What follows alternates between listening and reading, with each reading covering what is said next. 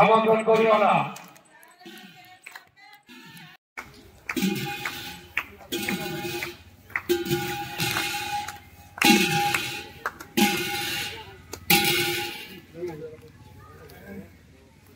মানে প্ৰকৃতিৰ গৰ্ভৰ পৰা যিবিলাক জন্ম হৈছে এতিয়া এইবিলাকৰ মানে লুপ্ত হৈ গৈছে। যিমানে পাপ বৃদ্ধি হৈ আছে সিমানে এটা এটা লুপ্ত হৈ গৈ আছে আৰু এদিন এনেদৰে কি হ'ব সমস্তবিলাক লুপ্ত হৈ যাব এইটো খাটাম। আৰু সেইকাৰণে সিদ্ধ মণিকীসকলে কয় যে কলি যুগৰ এই আৰম্ভণিৰ সময়খিনিত যদি কোনোবাই ভাগৱত ভক্তি নকৰে, এই আৰম্ভণিৰ সময়খিনিত যদি কোনোবাই কৃষ্ণ ভজনা নকৰে এদিন পস্তাব লাগিব। এতিয়া যিটো যুগ কৰিছে এই আৰম্ভণিৰ সময়খিনিতে যিটো দপদপি মানুহৰ, এতিয়া ভাগৱত অনুষ্ঠান যদি কোনোবাই আয়োজন কৰে ঠাট্টা কৰা মানুহৰ অভাৱ নাই, কিন্তু কৰবাত যদি এনে যদি কোনোবাই থিয়েটাৰ পাতে, নাটক পাতে, ডেন্স, তেতিয়াহ'লে তাতে মানুহ একদম উপচি পৰিব। ভাগৱত অনুষ্ঠানত কিন্তু মানুহৰ ভিৰ খুব কমে হয়। কিয়? এইবিলাক যে হয় এতিয়া আমি আৰু দেখা পাম, পিছত আৰু আহিছে এইবিলাক পৰিস্থিতি। গতিকে কলিৰ আৰম্ভৰ এই সময়খিনিতে যদি কোনোবাই ঈশ্বৰ ভক্তি নকৰে এইটো আশা বাদ দিয়ক, আৰু এদিন জন্ম পাম, এদিন আহি এনেকুৱাকে ভক্তি কৰিম। এতিয়াই ভক্তি কৰি থকা টানেই হৈ পৰিছে। এতিয়া যিটো অৱস্থা আপোনাৰভাৱে সকলোৱে জানে, তথাপি মই কৈছোঁ পুংখানুপুংখভাৱে অধ্যয়ন কৰি চাব কথাবিলাক, যে আমি নিজৰ গাঁওখনত ভক্তি কৰাই টান হৈ পৰিছে। এনেকুৱা এটা দিন আহিছে ভকত বুলি মানুহে ঠাট্টা কৰে, হাঁহে। ধুতি চোলাযোৰ যদি পিন্ধি ভাগৱত অনুষ্ঠানত আহো মানুহে ঠাট্টা কৰে, হাঁহে। তেনেকুৱা মানুহৰ অভাৱ নাই। মানুহে যদি ধলং পলং হৈ যায় খুব ভাল পায়, এনেকুৱা মানুহৰো এতিয়া সমাজত আকাল নাই। আপোনালোকৰ ইয়াত নাই, আমাৰ ফালে আছে। যে এনেকুৱা মানে ভাল কামৰ প্ৰতি গ'লে মানুহে সদায় নিন্দা কৰি থাকি ভাল পায়। সেইকাৰণে পিছত চাব যে এটা এনেকুৱা দিন আহিব যিসকল ভৱিষ্যত প্ৰজন্ম থাকে তেওঁলোকে লক্ষ্য কৰিব এইবিলাক আৰু দেখাতহে নামঘৰটো থিয় হৈ থাকিব, কিন্তু ভক্তি কৰা মানুহ নোলাব। কমি কমি গৈ আছে। ভকত আৰু এতিয়া মানে এটা হেৰি নিচিনা হৈ পৰিছে, মানে এই অনুষ্ঠানটোত ধুতি চোলাযোৰ মাৰি আহিলোঁ আৰু নাই, আৰু অনুষ্ঠানত আহিলে নিৰামিষ খালোঁ আৰু ঘৰত গৈ চব ডকচি খাই দিলোঁ। ক'ব এইবিলাক কথাও কৈ দিব ভকতৰ লক্ষণ কেনেকুৱা হ'ব লাগে। আজিতো মই সেইখিনিয়ে কৰিম বুলি ভাবিছিলোঁ। নিমি নৱসিদ্ধ সংবাদত ভকত কেনেকুৱা হয়, কি ভকত বস্তু, নে আমি ধুতি চোলাযোৰ পিন্ধি ফুৰাটো ভকত, কাক কয়, এই গোটেইখিনি বস্তু নিমি নৱসিদ্ধ সংবাদত আছিলে। আজি উলিয়াম বুলি ভাবিছিলোঁ, পিছে এই ভাগ ভাগৱতত নাই। যি কি নহওক তাৰে কথাখিনিও ৰাখি থৈ যাম বাৰু। প্ৰভুসকল, এটাই নিবেদন কৰোঁ, যিমানলৈ শুনি আছে আমি যাতে কৃষ্ণ নাম লৈ যাতে আমি কৰিব পাৰোঁ, কাৰণ কৃষ্ণ নাম ব্যতিৰেকে কোনেও এই সংসাৰখনৰ পৰা আঁতৰাই নিব নোৱাৰে। কাৰণ ব্ৰহ্মাদি কৰি যিমানবিলাক দেৱতা আছে সমস্ত দেৱতাই কি কৰে, ঈশ্বৰ কৃষ্ণকেই ভজনা কৰে। আপোনালোকে জানে এই ব্ৰহ্মাই আদি কৰি জীৱ যত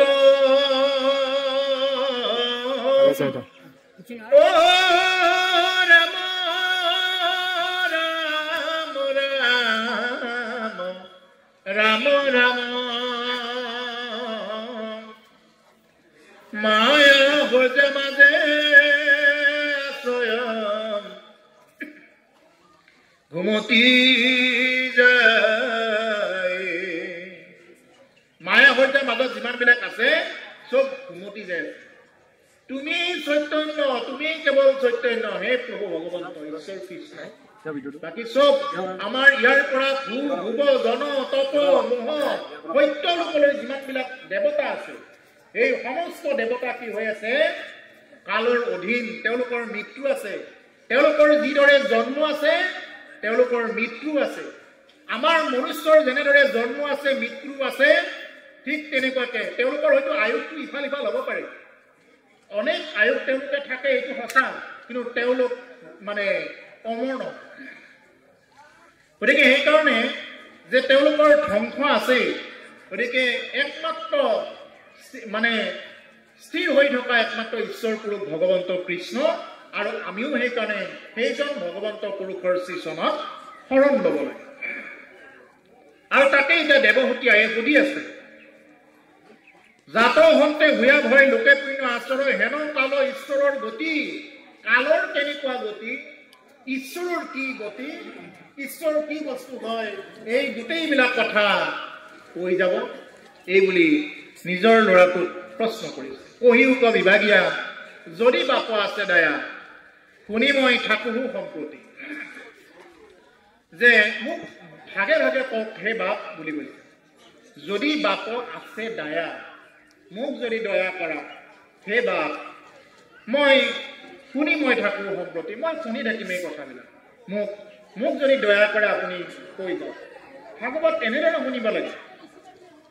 এতিয়া মানুহে ভাগৱত মানে কেতিয়াবা এনেকুৱা কৰে যে পঢ়ি থাক আৰু যি পঢ়া পঢ়ি থাক আৰু এনেকুৱা মানে কথাবিলাক গুৰুত্ব নিদিয়ে। যদি তেনেকুৱা হয়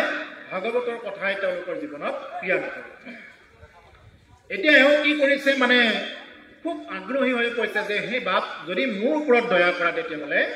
মানে এই কথাবিলাক শুনোৱা বুলি কৈছে। অজ্ঞান আন্ধাৰৰ মাজে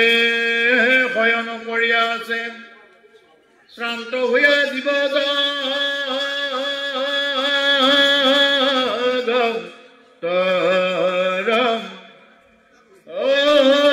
তাসং বাক কৰি দয়া উদয় ভৈলা তুমি, যুগপন্থ প্ৰকাশ ভাস্কৰ। এতেকে জানিলো মই বাৰু সমস্ত লোক, উদ্ধাৰ কৰিয়া কৃপাময়।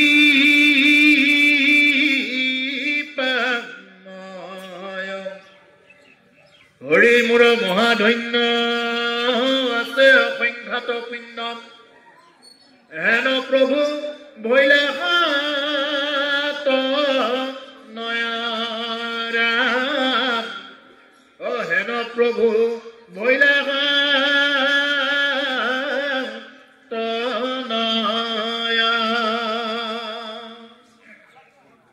মাকে যে গৌৰৱ কৰিছে যে এনেকুৱা প্ৰভু মোৰ পুত্ৰ হলা, মাকে গৌৰৱ কৰিছে। এতিয়া আমাৰ কিছুমান মাকে কি বুলি গৌৰৱ কৰে, তোৰ নিচিনা চলি থকাতকে নোহাই ভাল আছিল বুলিও কয়, হয়নে?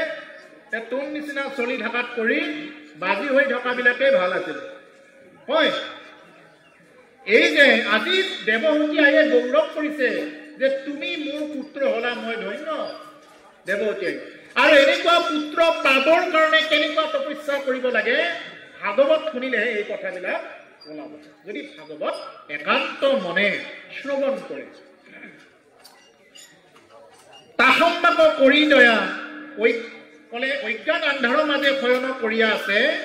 শ্ৰান্ত হুয়া জীৱ জগতৰ। এই জীৱবিলাক কি কৰি আছে, অজ্ঞান আন্ধাৰৰ মাজত থাকি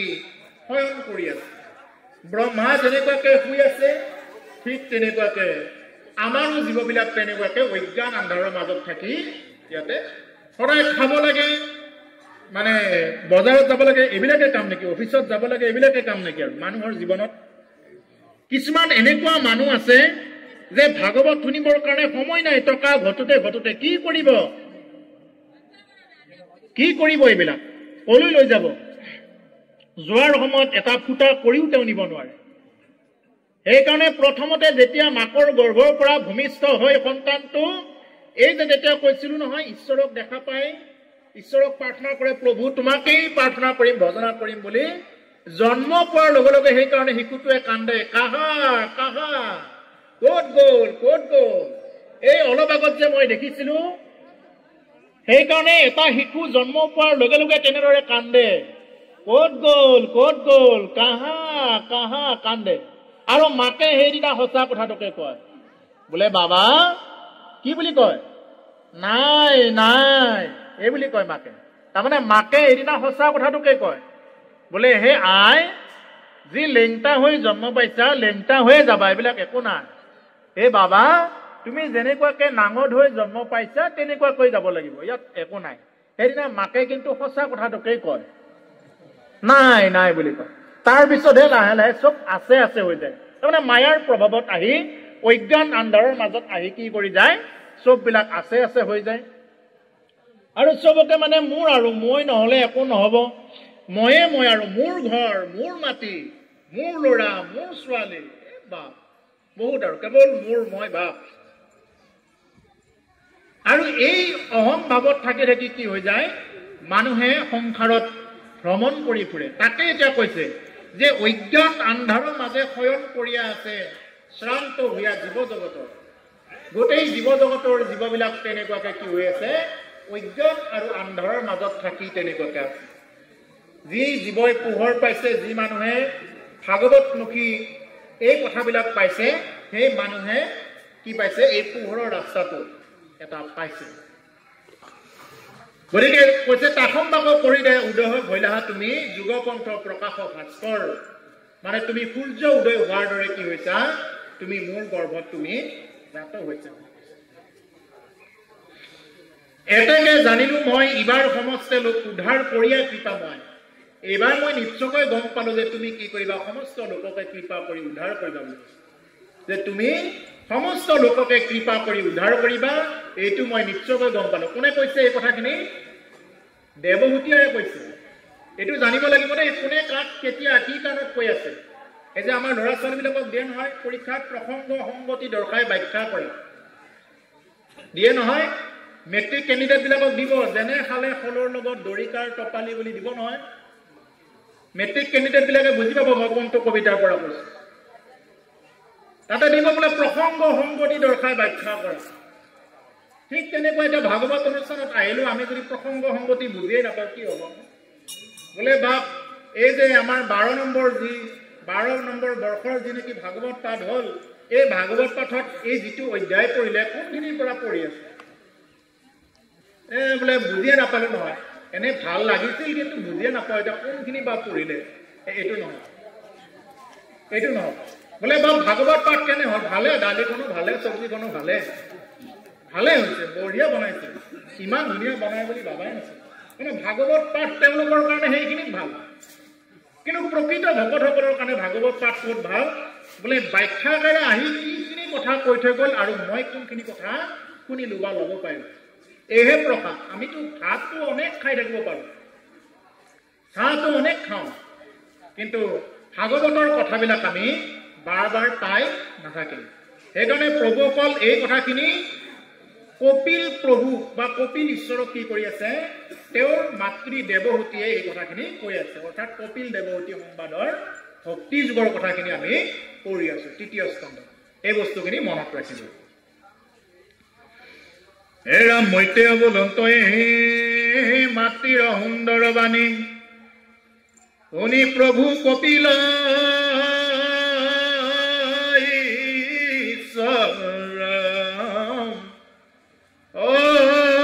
কৃপায় পীড়িত হুয়া মাতিলন্ত প্ৰসংগিয়া কুশলক চিন্তিয়া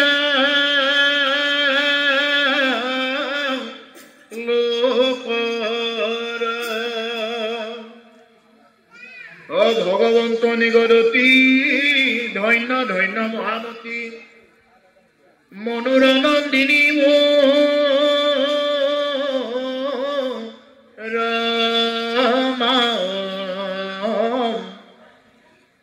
ভাল তজ ভৈলমতী সংসাৰ তৰিলাতি তুচ্ছ ভৈল দেখি তো ভাব মৈত্ৰেয় বলন্ত এই মাতৃৰ সুন্দৰ বাণী শুনি প্ৰভু কপিল ঈশ্বৰ। এতিয়া অনেকৰ কথা আহিব পাৰে, এতিয়া আকৌ মৈত্ৰেয়কৰ পৰা ওলালে হৈ আছিলে কপিল দেৱহূতি সংবাদ, আকৌ মৈত্ৰেয়কৰ পৰা ওলালে। বোলে এই মৈত্ৰেয় মুনিয়ে কি কৰি আছিলে, এই কথাখিনি মহামতী বিদুৰৰ আগত কৈ আছিলে। তাৰমানে ভাগৱত বিভিন্ন প্ৰকাৰে বিভিন্নজনে কৈ আছিলে। বোলে মৈত্ৰেয় মুনিয়ে বিদুৰক কৈ আছে বোলে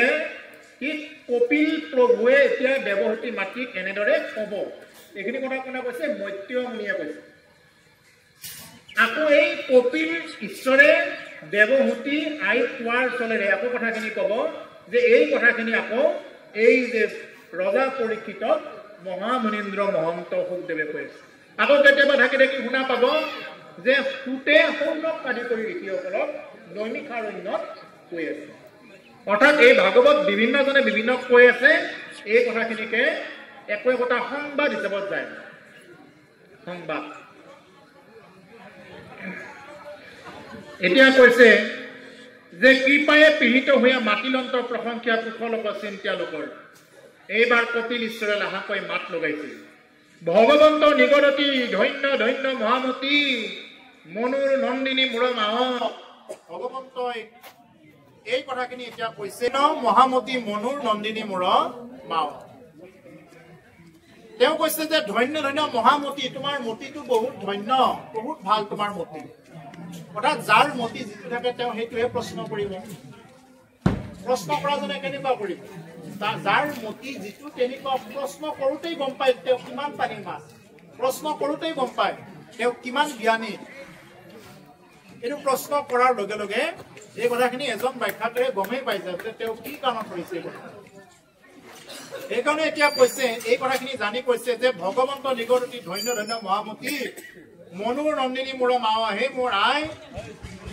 ভাৱ তজু ভৈৰৱতী সংসাৰ কৰিলা আতি, সুস্থ ভৈলো দেখি তজু। গতিকে তুমি যি মোক প্ৰশ্ন কৰিলা, এই তোমাৰ মতিটো বহুত ভাল। বাৰু ইয়াৰ মাজতে ৰখা হ'ব কথাখিনি। আমাৰ বাপজনে ক'লে যে সুখ আৰু সুত, এই সুখ আৰু সুত কোন হয়? যে শুকমুনি হ'ল তেওঁ মহামুনি ব্যাসদেৱৰ মানে পুত্ৰ, আৰু মহামুনীন্দ্ৰ মহন্ত সুখদেৱ ইমানেই সুন্দৰ আছিলে যে তেওঁৰ গাৰ বৰণ শ্যাম বৰণীয়া, অচ্যুতদয়ম অৰ্থাৎ 8 পৰা 16 বছৰীয়া যুৱকৰ দৰে দেখাত খুব সুন্দৰ। মহাৰাজ পৰীক্ষিতে যেতিয়া অভিযুক্ত হ'বলগীয়া হ'ল, তেতিয়া অন্যান্য ঋষিমুনিসকলৰ ওচৰত, এইখিনি প্ৰথম স্কন্ধত আছে, এতিয়া কথাখিনি আগবাঢ়িব লাগিব, বহুত দীঘল হ'ব। এই প্ৰথম স্কন্ধত এই কথাখিনি আছে যে মহাৰাজ পৰীক্ষিতে যেতিয়া নেকি অভিশাপ পালে, বোলে 7 দিনৰ ভিতৰত তথ্য খাপে দংশন কৰক, এই বুলি শৃংগী মুনিয়ে যেতিয়া অভিশাপ দিলে, সমীক মুনিৰ ডিঙিত যেতিয়া মৰা সাপ আঁৰি দিছিলে, তেতিয়া এই অভিশাপটো পাইছিলে। আৰু এই অভিশাপ পোৱাৰ পিছত অভিযুক্ত হৈ মহাৰাজ পৰীক্ষিতে কি কৰিছিলে, লগে লগে তেওঁ গংগাৰ তীৰলৈ গৈছিলে। আৰু তাতে যিহেতু তেওঁ চক্ৰৱৰ্তী ৰজা আছিলে, সমস্ত সহাগৰা পৃথিৱীৰ একছত্ৰী সম্ৰাট মহাৰাজ পৰীক্ষিতৰ ৰথ আকাশী পথেৰেও যায় বুলি শাস্ত্ৰত কৈছে। তেওঁৰ ৰথখন আকাশী পথেৰেও যায়, আৰু যিমানবিলাক ৰজা আছে চব কৰতলীয়া হিচাপত, তেওঁৰ তলতীয়া হিচাপত থাকে। সমস্ত ঋষিমুনিবিলাক কি কৰিলে, যিহেতু ৰজাৰ তেনেকুৱা এটা খবৰ পালে, লগালগ কি কৰিলে, গোটেই ঋষিমুনিবিলাক আহিলে, আৰু সেই ঋষিমুনিবিলাকৰ মাজত মানে এই ব্যাসদেৱৰ পুত্ৰ মহামুনীন্দ্ৰ মহন্ত সুখদেৱ আহিছে। আৰু এই সুখদেৱ অহাৰ আগত ঋষিমুনিবিলাকক কি কৰিছিলে, প্ৰশ্ন কৰিছিলে, বোলে গুৰুসকল এতিয়া মই কি কৰোঁ? বাকী ঋষিমুনিসকলে কি কৰিছিলে, কোনোবাই কৈছিলে যজ্ঞ কৰা, কোনোবাই ক'লে তপ কৰা, কোনোবাই ক'লে ব্ৰত কৰা, কোনোবাই ক'লে হোম কৰা, দান কৰা, এনেকুৱা বিভিন্ন নানাজনে নানা মত দিলে। কিন্তু মহামুনীন্দ্ৰ মহন্ত সুখদেৱে যেতিয়া আহিলে, তেতিয়া লগে লগে বাকী ঋষিমুনিবিলাকো থিয় হৈ দিছে। সুখদেৱৰ বৰণটো এনেকুৱাকে দিছে যে তেওঁ 8 পৰা 16 বছৰ বয়সীয়া এজন মানে যুৱক, চকুকেইটা পদুম ফুলৰ কলিটোৰ দৰে, আজানুলম্বিত বাহু, আৰু তেওঁৰ আঙুলিবিলাক খুব দীঘল দীঘল, মানে উন্নত বক্ষ, খুব সুন্দৰ। ভগৱান কৃষ্ণ আৰু সুখদেৱ দেখাত একেই হ'ব যদি ভগৱন্তই তেওঁৰ অলংকাৰবিলাক যদি মানে পৰিধান নকৰাকৈ থাকে। ভগৱন্ত পুৰুষে যদি অলংকাৰবিলাক পৰিধান নকৰাকৈ থাকে, ভগৱন্ত পুৰুষক দেখিবলৈ যেনেকুৱা হ'ব ঠিক তেনেকুৱা সুখদেৱ, এইটোৱে ধাৰণা কৰক। আৰু সেইজন সুখদেৱে কি কৰিছিল, তেওঁ একদম গোটেই পৃথিৱীত মায়াবিলাক নোহোৱা কৰি লৈছিল। মায়া নোহোৱা কৰি লৈহে তেওঁ ভূমিষ্ঠ হৈছিল। তেতিয়ালৈকে তেওঁ ভূমিষ্ঠ হোৱা। আৰু সেইজন সুখদেৱে কি কৰিছিলে, তেওঁ ভাগৱত কথা কৈছিলে মহাৰাজ পৰীক্ষিতক গংগাৰ তীৰত 7 দিন 7 ৰাতি ভাগৱত কথা কৈ গতি নিয়াব পাৰিছিল গংগাৰ তীৰত। গতিকে সেইকাৰণে শুকদেৱৰ নিচিনা বক্তা আৰু দ্বিতীয়জন নাই, আৰু পৰীক্ষিতৰ নিচিনা শ্ৰোতা আৰু দ্বিতীয়জন। গতিকে আৰু এজন হ'ল শুক। শুকমুনিয়ে যেতিয়া এনেদৰে ভাগৱত কথা কৈ আছে পৰীক্ষিতক, তেওঁৰ আগত বহি বিভিন্ন প্ৰকাৰৰ ঋষিমুনিবিলাক বহি আছে। সংস্কৃত ভাগৱতৰ মতে ৮৮,০০০ ঋষিমুনি বহি আছে। ৮৮,০০০ ঋষিমুনি মূল সংস্কৃত ভাগৱতৰ মতে বহি আছে। আৰু এই ইমানবিলাক ঋষিমুনিৰ ভিতৰত কি কৰিছে যে তেওঁ এই পিছফালে বহি আছে ফুট, এই ফুটক কি কৰিছে, তেওঁ আশীৰ্বাদ কৰিছে, তুমি এইফালে আহা বুলি ফুটক মাতিছে। মাতি কি কৰিছে যে হে ফুট, যদি কোনোবাই ইয়াৰ পিছত ভাগৱত কথা শুনিব খোজে, মই তোমাক আজ্ঞা কৰিলো তুমি কি কৰিবা, ভাগৱত কথা কবা বা তুমি ভাগৱত পঢ়ি শুনাবা। এই বুলি ফুটমুনিক আজ্ঞা কৰিলে। কোনে? শুকমুনিয়ে ফুটমুনিক আজ্ঞা কৰিলে। এই হ'ল শুক আৰু ফুট। আৰু এই ফুটৰ ওচৰত পিছত বিভিন্ন প্ৰকাৰৰ ঋষিমুনিবিলাকে যায়। তাতে ভাগৱত শুনিলে কিছু ঋষিমুনিয়ে নুশুনিলে তেওঁলোকৰ জাতিক লৈ অভিমান, বোলে আমি নিজ জাতিৰ মুখৰ পৰা ভাগৱত নুশুনো। এই বুলি মানে কি কৰিলে, বহুতো তেনেকুৱা ঋষিমুনি ভৃগু আদি কৰি যিমানবিলাক ঋষি আছে তেওঁলোকে উঠি গ'ল। কিন্তু সৌনক আদি কৰি যিমানবিলাক ঋষি আছে চবে শুনিলে, আৰু এই ভাগৱত কথা শুনি তেওঁলোকে গতি পাইছে। গতিকে সেইকাৰণে যে এই হ'ল একে থোৰতে শুক আৰু শুকৰ কথা প্ৰভুসকল। গতিকে এই ভাগৱত কথা যদি কোনোবাই শুনে, এই শাস্ত্ৰৰ কথা যদি কোনোবাই শুনে, তেতিয়াহ'লে তেওঁৰ জীৱনত পৰিৱৰ্তন হোৱাটো একদম হ'বই। পৰিৱৰ্তন যদি শুনাৰ নিচিনাকৈ শুনে। আৰু এনেই আহিব লাগে আহিছোঁ, শুনিব লাগে শুনিছোঁ, এনেই অনুষ্ঠানখন পাতিব লাগে পাতিছোঁ, এনেকুৱা ভাৱত থাকিলে ভাগৱতৰ জীৱনত ক্ৰিয়া নকৰে।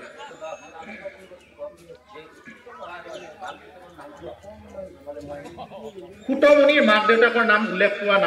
নাই। যদি আপুনি জানে আপুনি কৈ দিব। হয়, গতিকে সেইকাৰণে শেষত যিমান প্ৰশ্ন কৰিব নোট কৰি ৰাখক। শেষত যিমান প্ৰশ্ন হয় ভগৱন্তই কৃপা কৰি উত্তৰ দিয়া হয়। এতিয়া এই কথাবিলাকত আহিলো। আমি যিহেতু কপিল দেৱতী সংবাদ পঢ়ি আছো, আমি কপিল দেৱতী সংবাদৰ কথাখিনি আলোচনা কৰিম এতিয়া। যে কৃপায়ে পীড়িত হৈয়া মাতিলন্ত প্ৰশংসা কুশলক চিন্তা লোকৰ কুশল চিন্তা কৰি এতিয়া যে ক'ব কথাখিনি ভগৱন্ত পুৰুষ কপিল ঈশ্বৰে কথাখিনি তেওঁৰ মাতৃক ক'ব যে ভগৱন্ত নিগলতী ধন্য ধন্য মহামতী মনুৰ নন্দিনী মোৰ মাৱ ভালো তজু ভৈলমতী সংসাৰ তৰিলা অতি তুষ্ট ভৈল দেখি তুজু ভাৱ। যাৰ ভাৱ যেনেকুৱা তেওঁৰ ভক্তিও তেনেকুৱা। সেইকাৰণে আগৰ মানুহে কৈছিলে বাবা ভাৱে ভক্তিয়ে বুলি কৈছিল নহয়, বোলে ভাৱে ভক্তি।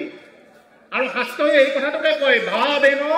লভতে জ্ঞানম ভাৱেন লভতে সৰ্বম। যদি ভাৱে নাহিল ভক্তি ক'ৰ পৰা হ'ব? যদি ভাৱে নাহিল ভক্তি ক'ৰ পৰা হ'ব? গতিকে সেইকাৰণে কি আমি যাতে ভাৱ ধৰি থাকিব পাৰোঁ, সেইকাৰণে ভাৱ নাহিলে ভক্তিও নহয়। আৰু কৈছে যে হে আই, তোমাৰ যিটো ভাৱ, এই ভাৱটো দেখি মই অতি সন্তুষ্ট হৈছোঁ। যেনেদৰে যে এজন যদি ভাঙুৰিক যদি এজন ভাঙুৰিয়ে লগ পাই কি বুলি প্ৰশ্ন কৰিব? তইতো ভাঙৰ প্ৰশ্ন কেনেকৈ কৰিব? যদি এজন জুৱৰে যদি জুৱৰক লগ পাই কি বুলি প্ৰশ্ন কৰিব? জুৱৰৰ কথাখিনিকে ক'ব। নাই আজি কেনেকুৱা লাভ হ'ল, ক'ত লোকচান হ'ল, কি হ'ল? ঠিক তেনেকুৱাতে ভকতে ভকতক লগ পালে কি কৰিব? এই ভকতিৰ কথাখিনিকে আলোচনা কৰিব। গতিকে সেইকাৰণে আমি ভকতিৰ কথাখিনিকে আলোচনা কৰি যাব লাগে, তেতিয়া আমাৰ জীৱনত এই কথাবিলাকে ক্ৰিয়া কৰিব। আৰু সেইকাৰণে কৈছে যে তোমাৰ ভাৱটো দেখি মই তুষ্ট হৈছোঁ। এইবাৰ ক'ব অ শুনিও ভা ভিনিয়াবে প্ৰশ্নৰ উত্তৰ কহো ভক্তি পুনু বহু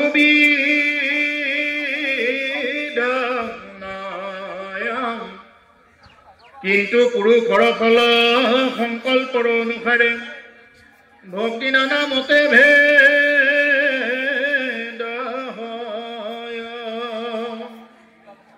অপৰ কমাৰিবে প্ৰতি মনত সংকল্প কৰে দম্ভ বামত্বৰ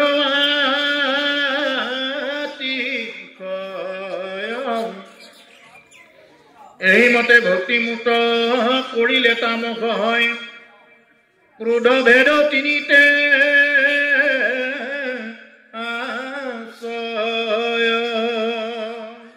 কিমান সুন্দৰকৈ কৈছে হে ভাবিনী বুলি কৈছে কপিল প্ৰভুৱে তেওঁৰ মাতৃক কৈছে যে হে ভাবিনী ইমান ধুনীয়া সম্বোধন কৰিছে তোমাৰ ইমান ধুনীয়া ভাৱ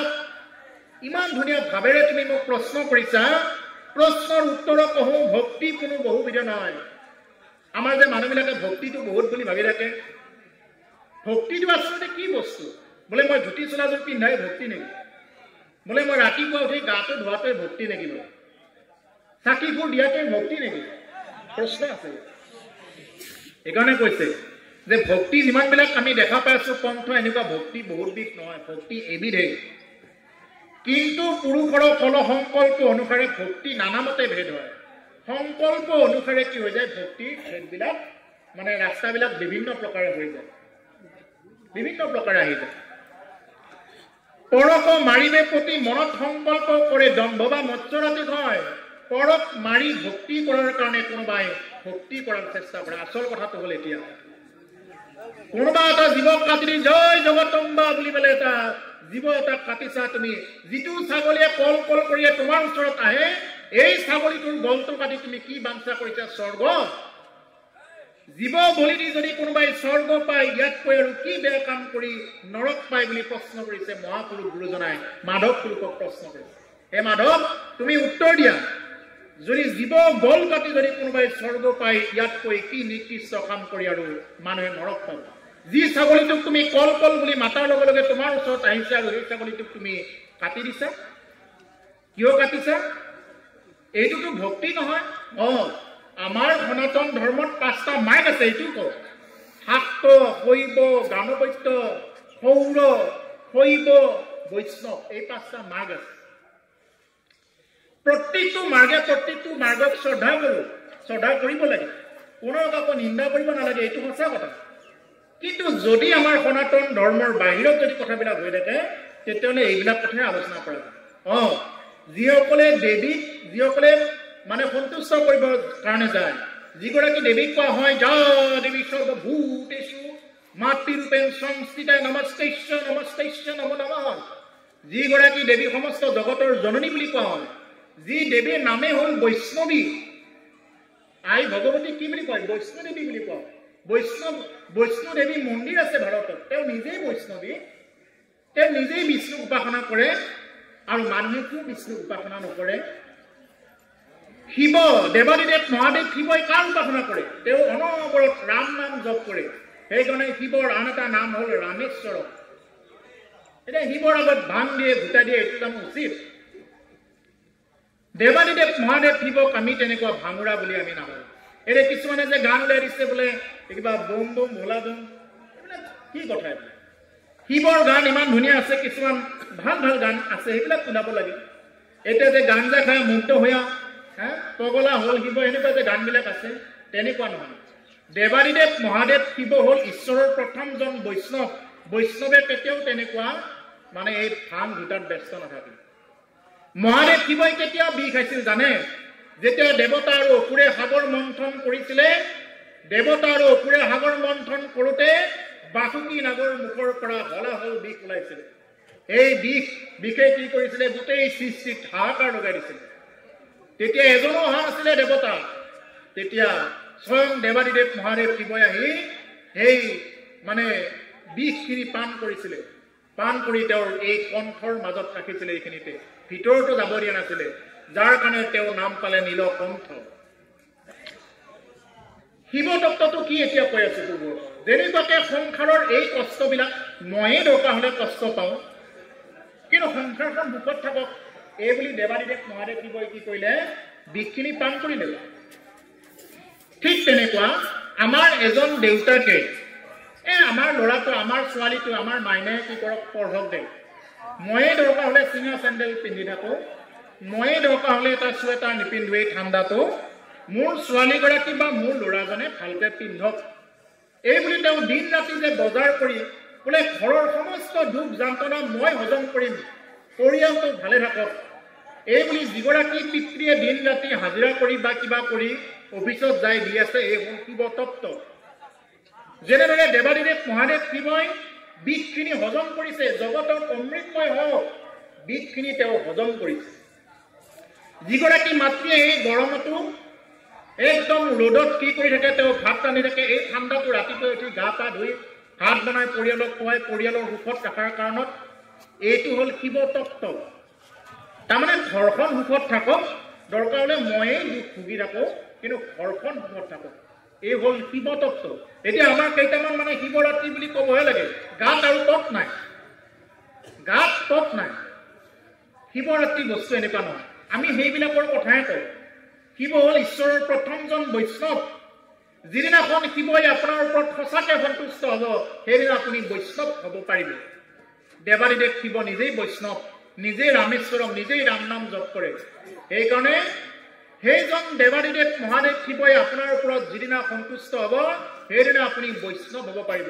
যিদিনা আই ভগৱতীয়ে আপোনাৰ ওপৰত সন্তুষ্ট হ'ব সেইদিনা আপুনি বৈষ্ণৱ হ'ব পাৰিব আপুনি বৈষ্ণৱী হ'ব পাৰিব আৰু যেতিয়ালৈকে আই ভগৱতীয়ে সন্তুষ্ট নহয় আপুনি মই কেতিয়াও বৈষ্ণৱ হ'ব নোৱাৰোঁ যেনেদৰে আপোনালোকে দশম স্কন্ধ অধ্যায়ত পাব গোপীসকলে কাত্যায়নী ব্ৰত পালন কৰিছে পাইছে নহয় বাপ গোপীসকলে কাত্যায়নী ব্ৰত পালন কৰিছে কাক পাবৰ কাৰণে জগতৰ ঈশ্বৰ কৃষ্ণক পাবৰ কাৰণে কাত্যায়নী ব্ৰত পালন কৰিছে কি বুলি কৈছে হে আই আপোনাৰ ওচৰত নিবেদন কৰোঁ এই যে নন্দৰ ঘৰৰ ইমান মৰম লগা সেই যে ল'ৰাজন তেওঁক আমি স্বামী হিচাপত পাব খোজো এই বুলি কি কৰিছে প্ৰাৰ্থনা কৰিছে দেৱী ভগৱতীৰ ওচৰত প্ৰাৰ্থনা কৰিছে আই ভগৱতী আকৌ কি কৰিছে ঈশ্বৰৰ ওচৰত প্ৰাৰ্থনা কৰিছে বোলে হে প্ৰভু তোমাৰ এই ভক্ত এওঁলোক তেওঁ ধ্যান কৰি দেখা পালে যে এই যিসকলে তেওঁক স্বামী হিচাপত পাব খুজিছে এইবিলাক সাধাৰণ নহয় এই ত্ৰেতা যুগৰে ঋষিসকল তেওঁলোকে বিচাৰিছিল ত্ৰেতা যুগতেই ৰামক তেওঁলোকে পত্নী হিচাপত মানে কি কৰিব সেৱা কৰিব পত্নীৰ দৰে সেৱা কৰিব এনেকুৱা এটা ভাৱ আছিলে বোলে তোমালোকে এতিয়া নোৱাৰিবা মই বনতে যাওঁ যেতিয়া মই দাপৰ যুগত আহিম তেতিয়া তোমালোকে মোক এইখিনি সুবিধা পাবা এইখিনি কৰি দিম তোমালোকক আৰু আজি কি কৰিছে সেই মানে ব্ৰজাংগনা গোপীসকলে যেতিয়া প্ৰাৰ্থনা কৰিছে তেতিয়া আই ভগৱতীয়ে কৈছে যে হে প্ৰভু যে তোমাৰ এই ভক্ত এওঁলোকে তোমাক স্বামী হিচাপত পাব খুজিছে তুমি ধৰা দিয়া প্ৰভু আৰু তেতিয়া লগে লগে ভগৱন্ত পুৰুষ আহি বস্ত্ৰ হৰণ কৰিছে আৰু তেতিয়া গোপীসকলে কি বুলি ক'লে বোলে অ তুমি যে আমাৰ বস্ত্ৰখিনি লৈ গলা ভগৱানে ক'লে বোলে তোমালোকেতো মোক স্বামী হিচাপত পাবৰ কাৰণে এই যে মাজৰা কাত্যায়নী ব্ৰত পালন কৰি আছা মইতো স্বামী হিচাপত ধৰা দিব আহিছো কি আৰু কাপোৰৰ সম্বন্ধটো থাকিল আমাৰ মাজত তেতিয়া নাই কৃষ্ণ নহ'ব এনেকে আমাক কাপোৰখিনি দিয়া তাৰমানে বুজি পালে এওঁলোক বিষয়ী জালত এতিয়াও ফচি আছে মোক পাবৰ কাৰণে এতিয়াও যোগ্যতা হোৱা নাই তেওঁ যাব ওলাল গোপীসকলে ক'লে বোলে তুমি যাব ওলালা নেকি ক'ত যোৱা বোলে যাওঁ আৰু তোমালোকক কাপোৰ লাগে কাপোৰ দিলোঁ আৰু মই যাওঁ বোলে তোমাকতো আমি স্বামী হিচাপত বিচাৰিছিলোঁ বোলে এতিয়া নহয় কেতিয়া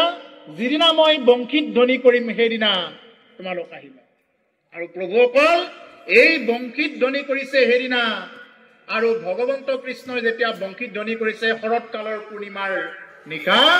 ফটফটীয়া জোনাক সেইদিনা জোনটোৱে ইমান পোহৰ দিছে অইন দিনাত কৰি সেইদিনা বেছি পোহৰ দিছে যি নেকি আমি ৰাস অনুষ্ঠান পাতো আৰু সেইদিনা ৰাস অনুষ্ঠান পতাৰ সেই পূৰ্ণিমাৰ দিনা কি কৰিছে ভগৱন্ত পুৰুষে বংশীত ধ্বনি কৰিছে বাঁহীত যেনেকুৱাকে 9টা ফুটা থাকে আমাৰ দেহাটো 9টা ৰন্ধ বা ফুটা আছে মানুহৰ দেহাটো 9টা ৰন্ধ বা ফুটা আছে এই প্ৰভু ভগৱন্তই যেতিয়ালৈকে আমাৰ ভিতৰত থাকি ফুৱাই থাকিব তেতিয়ালৈকে আমি কৃষ্ণ ৰাম বা বেলেগ বেলেগ শব্দবিলাক ক'ব পাৰিম আৰু যেতিয়ালৈকে তেওঁ ফুৱাই নাথাকে আমাৰ এই দেহটোৰ পৰা বাহিৰ গুণ আৰু নাযায় সেইদিনা কাঠ খৰিৰ লগত মিলাই একেলগে পুৰি দিলে আৰু বহুত কথা এইবিলাক হ'ল ৰাসলীলাৰ কথা প্ৰভু অকল মই থোৰতে কৈছোঁ গতিকে ব্ৰজাংগনা গোপীসকলক ভয় দেখুৱাইছে ভগৱানে অহাৰ লগে লগে তেওঁলোকেতো একদম মানে স্বামী কিবা কিবি এৰি থৈ আহিছে সেই ৰাতিখন আহিছে তেওঁলোকে ভগৱানে ক'লে বোলে এই ৰাতিখন তোমালোক ইয়াত যে এতিয়া ইটো গোপী সেইটো গোপীক চাই আছে বোলে কি হ'ল কথাটো যে তুমিয়েতো কৈছিলা বোলে যিদিনা মই বংশীত ধ্বনি কৰিম সেইদিনা তোমালোক আহিবা আৰু আজি কিয় এনেকে ক'লা বোলে তোমালোক অহাৰ কাৰণ কি তোমালোকে কি ইয়াতে এনে চাব আহিছা নেকি যোৱা চাই যোৱা আৰু তোমালোক যোৱা আৰু ইয়াৰ পৰা তেতিয়া তেওঁলোকৰ মানে হেহা বেহা লাগিল কি কৰিব এতিয়া ইজনীয়ে সিজনীৰ মুখলৈ চাইছে বে আমি কিবা শুনাত ভুল হ'ল নেকি নে আমি কিবা এনেই আহিছো নেকি ইয়াতে যিজনে মাতিছে এতিয়া আজি আপোনালোকে মোক ভাগৱত অনুষ্ঠানলৈ মাতিছে ভাগৱত চাবৰ কাৰণে মাতি উঠি যদি কয় বোলে গেটৰ মুখৰ পৰা আপুনি বা কিয় আহিলে আমাৰ কেনেকুৱা লাগিব আপুনি বা কিয় আহিলে কিয় অহা হ'ল কওকচোন বাপ তেনেকৈ ক'লে কেনেকুৱা লাগিব এই গোপিনীসকলৰ তেনেকুৱা হৈ গ'ল ভগৱানে নিজে কৈছে মই বংশীত ধ্বনি কৰিলে আহিবা এতিয়া ভগৱানে কৈছে বোলে কিয় অহা হ'ল বোলে তুমি বংশীত ধ্বনি কৰিছা আহিছো যোৱা তোমালোকৰ ইয়াতে কি আছে এই বনৰ মাজত বহুত বাঘ সিংহ একদম বহুত আছে আক্ৰমণ কৰিব তোমালোক যোৱা নাই নাযায় গোপীসকল এনেকুৱা ভক্তিত এনেকুৱা আতুৰ তেওঁলোক বোলে তোমালোকক স্বামীয়ে কি কৰিব স্বামীয়ে তোমালোকক নিন্দা কৰিব নাই নাই সেইটো নামানে নহ'ব কৰিলেও কৰক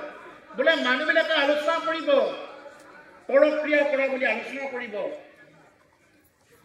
বোলে নাই সমাজৰ ভয়ো নাই তেওঁলোকৰ সেইকাৰণে প্ৰভুকল শৰণ ল'ব লাগিলে সমাজে কি কয় আপোনাক কোনে কি ক'ব এই বুলি ভাবি থাকিলে নহয় শৰণ লোৱাই নহ'ব এই কোনোবাই মোক কি ক'ব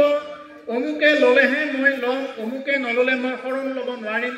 কি অমুকে ভাত খাওঁতেহে আপুনি খাই আছে নেকি অমুকৰ লগত আপুনি একেলগে জন্ম পাইছে নেকি গতিকে গোপীসকলে এই ভয়ৰ পৰা মুক্ত সেইকাৰণে তেওঁলোকে ভগৱানৰ লগত ৰাসলীলা কৰিব পাৰিছে ও চৰণ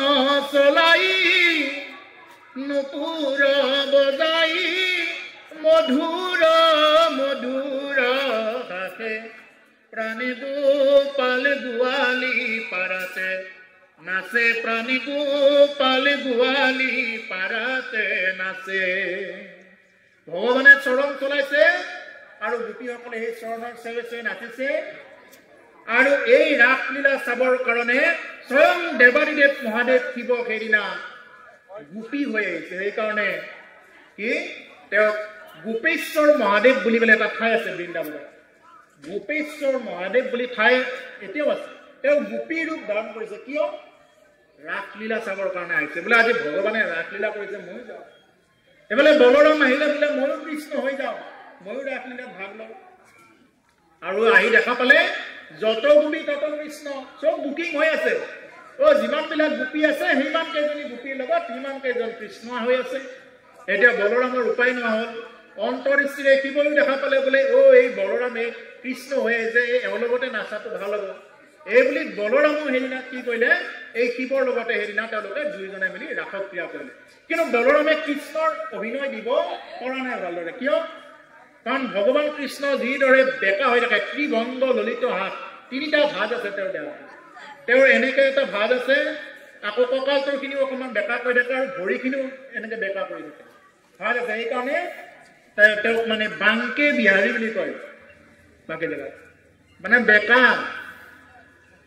তেওঁ মানে কৃষ্ণ আখৰটোতো চাব কৃষ্ণ আখৰটোতো বেকা একদম কৃষ্ণ যি ভাষাত লিখিলেও কৃষ্ণটো অকণমান ঘূৰাই লিখিব লগা হয় আৰু ৰাম লিখিব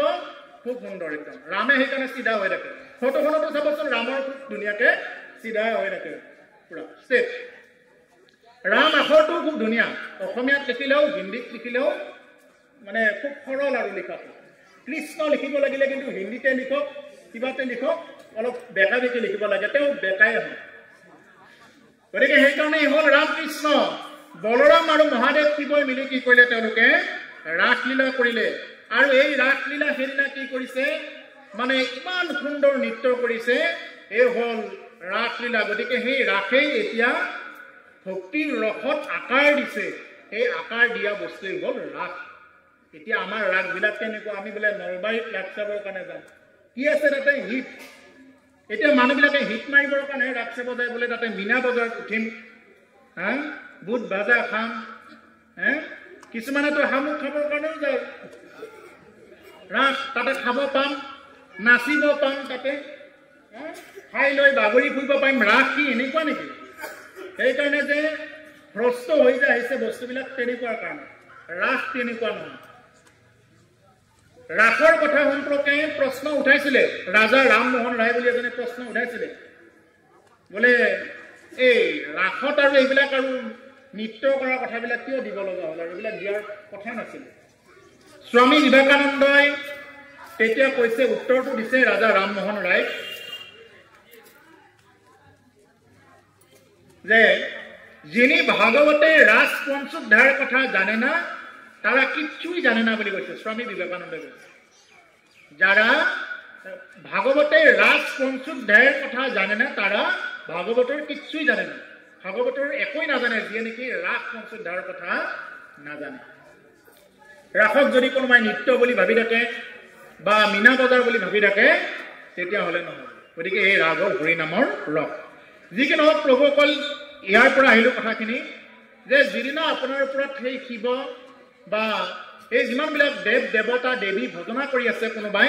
সেই দেৱী দেৱ যিদিনা আপোনাৰ ওপৰত সন্তুষ্ট হ'ব আপুনি বৈষ্ণৱ বা বৈষ্ণৱী হৈ যাব পাৰে এই মতে ক্ৰোধমুক্ত কৰিলে তামস হয় ক্ৰোধ ভেদ তিনিটা আছে এতিয়া কৈছে যিয়ে নেকি পৰক মাৰিবৰ প্ৰতি মনত সংকল্প কৰে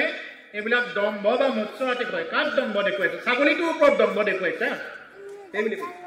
এই ছাগলীটোৰ ওপৰত অমাত ছাগলীটোৰ ওপৰত দম্ভ দেখুৱাইছে যদি ইমান স্বৰ্গ পাবৰ কাৰণে মন আছে তোমাৰ ল'ৰাটোক কিয় স্বৰ্গত স্থান দিয়া নাই তোমাৰ ল'ৰাটোকেতো কাটি দিব পাৰা বা বনৰ পৰাতো বাঘ এটা কাটি পেলাই বলি দিব পাৰা কিয় দিয়া নাই এতিয়াতো মানুহ বলি দিব নোৱাৰে আইনত নাই যদি মানুহ বন্ধ হ'ল তেতিয়াহ'লে বাকী পশুবিলাক কিয় বন্ধ হ'ল বাকী কৰি থাকক কোনোবাই পূজা কৰি আছে কৰক তাত আমাক ক'ব লগা নাই কিন্তু ক'ব লগা এইটোত আছে যে অমাত জীৱক কেতিয়াও কি কৰিব নালাগে মাৰিব নালাগে এইটো হ'ল আমাৰ কথা এৰাম বিষয়ত কৰি আখা যশোবা ঐশ্বৰ্য চাবে প্ৰতিমাত মোহক পূজায় তিনিও প্ৰকাৰ ইটো ৰাজস ভকতি মাত্ৰ তজুৱাগে কহিল নিশ্চয় পাপ মোৰ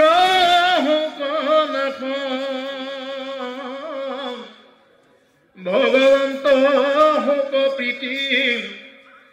নুহি অৱশ্যকে বিধি মানি তিনি প্ৰকাৰ ভক্তি কৰিলে হাতী কবুলি নিচে মই কহিল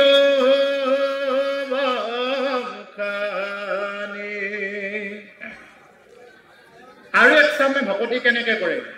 বলি দিয়া কথাখিনি ক'লে একচামে তেনেকুৱাকে কৰে বিষয়ত কৰি অহা যশ বা ঐশ্বৰ্য চাই কিছুমানে জব চাই বোলে নামঘৰত মই কি কৰিলো বোলে ফেন এখন দিলো ফেনত দাতা অমুক তেওঁৰ মৃত পিতৃ নামো লিখি দিব খৰি এটা দিব তাতে মৃত পিতৃ নামো লিখি দিব এইটো দান নহয় দান দিলে এখন হাতে দিলে আনখন হাতে গম পাব নালাগে এখন ৱাল দিয়ে ৱালৰ মূৰত লিখি থৈ দিয়ে তেওঁৰ দাতা অমুক মানে একেবাৰে মৃত পিতৃৰ পৰা দিব এতিয়া নিদিলে আজিকালি এনেকুৱা অৱস্থা হৈছে দানো নিদিয়ে অনুষ্ঠানটো নচলে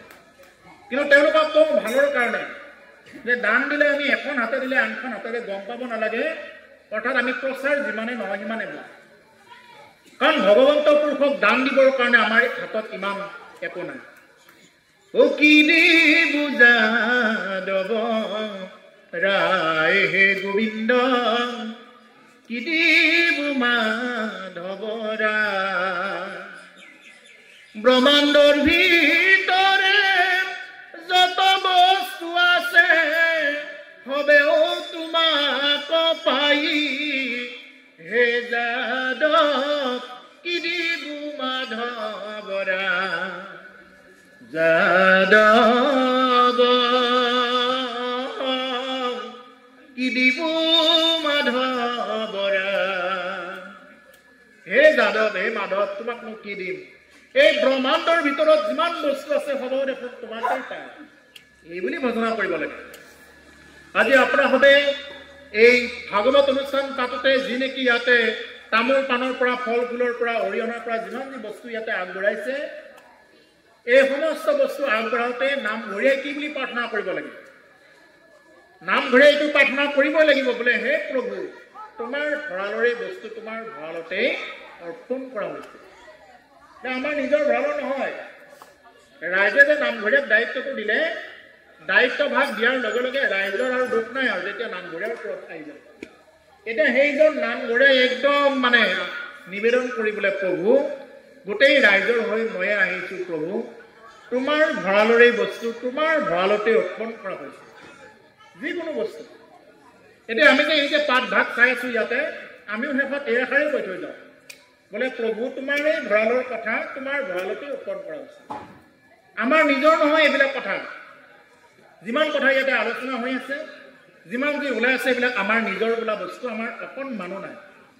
তোমাৰ ভঁৰালৰ বস্তু তোমাৰ ভঁৰালত কি কৰা হৈছে অৰ্পণ কৰা হৈছে এই ভাৱেৰে ভক্তি কৰিলেহে ভক্তি সিদ্ধ হ'ব এতিয়া কৈছে কিছুমানে কি কৰে তেনেকুৱাকে বিষয়ত আশা কৰি বিষয় সংসাৰৰ আশা কৰি জক চাই মানুহে মোক ভাল বোলক মানুহে মোক মানক অসহ্য চাই যিকোনো প্ৰকাৰে প্ৰতিমাতৰ মোহক বুজায় প্ৰতিমাক পূজা কৰে দেখা ভকতজনক তেওঁ কৃষ্ণ বুলি নকয় মুখেৰে কৃষ্ণ শব্দ ওলাই নপৰে তুমি দেখা ভকতজনকে যদি কৃষ্ণ বুলি নকোৱা নেদেখাজনৰ ওপৰত সেৱা কৰাৰ অধিকাৰ তোমাৰ নাই ভাগৱতে এইটো কৈছে তুমি দেখাজনকেই কৃষ্ণ বুলি কোৱা দেখাজনকেই ৰাম বুলি কোৱা দেখাজনকে তুমি কিবা এটা কোৱা দেখাজনকেই যদি তুমি দেখা ভকতজনকেই তুমি কৃষ্ণ বুলি কোৱা ক'ৰ পৰা তোমাক কৃষ্ণই আৰু আশীৰ্বাদ দিব কাৰণ আমাৰ গুৰুদেৱ নাম ভকত এই চাৰিটা বস্তু অংগাংগীভাৱে জড়িত যিজন গুৰু সেইজন ভকত সেই নাম একেই সেইজনেই দেৱ এই চাৰি বস্তুৰ কি অংগাংগীভাৱে সম্পৰ্ক আছে এটা কাৰি আনটোৰ কেতিয়াও নচলে গুৰুদেৱ নাম ভকত গুৰু লাগিবই গুৰু নোহোৱাকে ভকতি কেতিয়াও সিদ্ধি নহয় বিনা গুৰু চৰণে ভকতি ৰকতি মুকুতি কবহো নহয় তাৰপিছতে দেৱ লাগিব কোন দেৱক ভজনা কৰিব লাগিব কৃষ্ণদেৱ নাম লাগিব কি নাম লাগিব গুৰুৰ মাধ্যমত যি নাম পায় সেই নাম লাগিব আপোনাৰ হ'ব কৈছোঁ কোনোবা কি পন্থা এইটো ডাঙৰ কথা নহয় পন্থা বহুত আছে কিন্তু চবে আমি কি বুলি ক'ব লাগে কৃষ্ণ ৰাম শব্দকেইটা ক'ব পন্থা কাৰ ক'ত ভাল লাগে তাতে শৰণ ল'ব আমিতো কোনো পন্থাৰ প্ৰতি কোনো আমাৰ বিৰোধ মন্তব্য নাই কৃষ্ণ ৰাম বুলি ক'লে হয় যি পন্থত ৰামক শিকায় যি পন্থত কৃষ্ণক শিকাই কৃষ্ণক দেখুৱাই দিয়ে শংকৰ গুৰুজনাক দেখুৱাই দিয়ে এই পন্থাটোৱে হ'ল শ্ৰেষ্ঠ এতিয়া এনেকুৱা কিছুমান পন্থা ওলাইছে হয়তো ইয়াতে নহ'ব পাৰে যে গুৰুজন যিজন গুৰুৱে শৰণ দিয়ে তেওঁৱে নিজে ভগৱান বুলি বহি থাকে আসন এইটো ভুল আছে গুৰু ব্ৰহ্মা গুৰু বিষ্ণু গুৰুদেৱ মহেশ্বৰ হয় গুৰুৱে ব্ৰহ্মা গুৰুৱে বিষ্ণু হয় কিন্তু সেইজন গুৰুৱে যদি কৈ দিয়ে বোলে মোৰ ফটোখন মাৰি থাকা তোমালোকে বোলে ময়ে ভগৱান বুলি যদি কয় এইটোত কিন্তু দোষ আছে যেনেকুৱাকে মহাপুৰুষ গুৰুজনাই কি বুলি কৈছে বোলে মই কিংকৰ মই চাকৰ বুলি কৈছে নহয় জানো কিংকৰ বুলি কৈছে ইমান অৱনিশিচাৰি বেদ বিচাৰি বেকত কৰোঁ হৰিনাম দিন ৰাতি বেদ আদি অধ্যয়ন কৰিও সেইজন কৃপালু গুৰুজনাই ইমানখিনি অৱদান দিয়াৰ পিছতো ঈশ্বৰ চাকৰ বুলি কৈছে আমি চাকৰ হ'ব পাৰিমনে মাধৱ পুৰুষজনাই নিজকে কি বুলি কৈছে মই মোৰ সমতি নজানো তাৰ উপায় মই মূলমতি বুলি কৈছে আকৌ কৈছে দাস হুয়াতো হেন কৰিলো হৰি হৰি হৰি হৰিয়ে ঐটো ঘূৰাই ৰাধৰ শ্ৰীকৃষ্ণাইৰা হৰিয়ে ঐটো ঘূৰাই ৰাধৰ শ্ৰীকৃষ্ণাইৰা জীৱনত সকলো বেমাৰৰ চিকিৎসা পাব বুলি কৈছে কাহ হ'লে চিকিৎসা আছে জ্বৰ হ'লে চিকিৎসা আছে পেট বিষ হ'লে বা হাত ভৰি ভাগি চিগি গ'লেও কিবা নহয় কিবা এটা চিকিৎসা আছে যদি কোনোবাই ঈশ্বৰৰ দাস হ'বৰ কাৰণে চেষ্টা কৰা নাই যদি কোনোবাই ঈশ্বৰৰ সেৱক হ'বৰ কাৰণে চেষ্টা কৰা নাই এই ঘোৰ অপৰাধৰ চিকিৎসাই নাই বুলি কৈছে সমস্ত বেমাৰৰ চিকিৎসা আছে যদি কোনোবাই ঈশ্বৰৰ সেৱক হ'বৰ কাৰণে চেষ্টা কৰা নাই প্ৰভু মই তোমাৰ দাসৰো দাস মোক লগ প্ৰভু তোমাৰ দাসৰো দাস বুলি এই বুলি যেতিয়ালৈকে ভকতি নাহে তেতিয়ালৈকে একো নহ'ব গতিকে আমি কি কৰিব লাগে সেইকাৰণে প্ৰভুসকল আমি ঈশ্বৰৰ ওচৰত আমি প্ৰভু যে তুমি যাতে আমাক দাসৰো দাস কৰি ৰাখা প্ৰভু বুলি প্ৰাৰ্থনা কৰোঁ তোমাৰতো চাকৰ আছে প্ৰভু তোমাৰ চাকৰৰো চাকৰ আছে সেই চাকৰৰো চাকৰ আছে তেনেকুৱা যাতে চাকৰৰো যাতে চাকৰ হ'ব পাৰোঁ তুমি যাতে এইটো কৃপা কৰাই বুলি ভগৱন্তৰ ওচৰত প্ৰাৰ্থনা কৰিব আৰু তেতিয়া ভক্তি সিদ্ধি মোক এইটো লাগে নহয় আমাৰ প্ৰাৰ্থনাবিলাক কেনেকুৱা কৰে মানুহে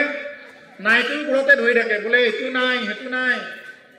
বিভিন্ন প্ৰকাৰৰ উপাসনা কৰে বিভিন্ন দেৱ দেৱীক উপাসনা কৰি ধনম দেহি কাৰোবাক কৈছে বিদ্যান দেহি কাৰোবাক কৈছে পুত্ৰম দেহি কাৰোবাক কৈছে মনোৰমা ভাজ্যান দেহি কেৱল দেহি আৰু দি তাৰমানে মোক দি আৰু দি মোৰ নাই আৰু একো নাই আৰে ভগৱানে যে ইমান সুন্দৰকৈ এটা শৰীৰ দিলে এইটোৰ প্ৰতি কিন্তু কাৰো মানে চিন্তা নাই আৰু এই শৰীৰ পাই যদি কোনোবাই ঈশ্বৰ সাধনা নকৰে মনুষ্য শৰীৰ পাই যদি কোনোবাই ঈশ্বৰ সাধনা নকৰে ইয়াতকৈ আৰু দুৰ্ভগীয়া কোনো নাই বুলি কৈছে এই বিষয় সম্বন্ধীয় সুখবিলাক কি সমস্ত জুনিতে আমি লাভ কৰি আহিছোঁ প্ৰভু আমি ভাতকেইটা খাই যিটো সুখত সুখ বুলি লৈ আছোঁ গাহৰিটো বিশ্বাস এই সুখতে সুখ বুলি লৈ আছোঁ আমি ভাবিছোঁ বোলে ভাতকেইটা বৰ সুখৰ কিন্তু কি আছে আমি মৰিলে কোনোবাই পাকঘৰত লৈ যায়নে কিন্তু গাহৰিটো এনেই বেমাৰ লাগি মৰিলেও কিন্তু পাকঘৰত কুটি বাচি খাই দিব একদম ভিতৰত এই পেটটোক সংস্কাৰ কৰে দাহ কৰে নে নকৰে কৰে ছাগলী এটা যদি এনেই মৰিও যায় বেমাৰ লাগিও যদি মৰি যায় সেইটোক পাকঘৰৰ ভিতৰত নি কেৰাহীত ৰান্ধি আনকি নিজে চুবাই থব মানুহৰ দেহটোৰ কিবা কাম আছেনে সেইকাৰণে মহাপুৰুষে ক'ব লগা হ'ল এই বিষয় সম্বন্ধ সুখ সমস্ত জুনিতে পাই হৰি সেৱা একো নাই ও হৰিৰ সেৱাৰ যোগ্য কেৱল মনুষ্য তনু জানি পুৰা হৰি নাগাই ৰাম ও জানি পুৰা হৰি নাগাই বিষয় সম্বন্ধীয় সুখবিলাক সমস্ত জুনিতেই পালোঁ বা আমি পাই আহিছোঁ তাৰ কাৰণে মানুহক বেয়া কথাবিলাক শিকাব নালাগে এই যে মানুহক বেয়া আচৰণ বেয়া কথা এইবিলাক যে শিকাব নালাগে কিয় তাৰমানে আমি সাপ হৈ থাকোঁতে বাঘ হৈ থাকোঁতে গাধ হৈ থাকোঁতে গৰু হৈ থাকোঁতে এইবিলাক শিকি আহিছোঁ এই যে অনন্ত জীৱবিলাক ভ্ৰমণ কৰি আহিছোঁ নহয় এইবিলাক শিকি আহি শেষত মনুষ্য জন্ম এই মনুষ্য জন্ম তিনিবাৰেই লাভ কৰিব পাৰে যেনেদৰে বসুদেৱ যৌৱকীয়ে 3 বাৰ পালে যেনেদৰে জড় ঘৰতে 3 বাৰ পালে হিৰণ্যকশিপুৱে যেনেকুৱাকৈ 3 বাৰ পালে আমাৰ সেই 3 বাৰেই মনুষ্য জন্ম এতিয়া প্ৰশ্নটো হ'ল যে এইবাৰ প্ৰথম নে দ্বিতীয় নে তৃতীয় আমি কোনেও ক'ব নোৱাৰোঁ যদি শেষ হয় তেতিয়া কি হ'ব আৰু তেতিয়া মই আৰম্ভণিতে কৈছে এই কলি যুগত আৰু শেষত যে ভক্তি কৰিম এডাল আশা আৰু বাদ দিয়ক এইটো বাদে দিয়ক আৰু পিছত যে ভক্তি কৰিম কোবাই খেদিব ভক্তি কৰিবলৈ এই ভাগৱত পাঠ এনেকুৱা আয়োজন নহ'ব এতিয়াই যদি কোনোবাই নকৰে গতিকে সেইকাৰণে এই বিষয় সম্বন্ধীয় সুখবিলাক আমি আগতে পাই আহিছোঁ সেইকাৰণে বেয়া কথাবিলাক শিকাব নালাগে ভাল সেইকাৰণে কৈছে বিষয় সম্বন্ধ সুখ সমস্ত জুনিত পাই হৰি সেৱা একোঠানে নাই হৰিৰ সেৱা আৰু কোনো জনমত নাই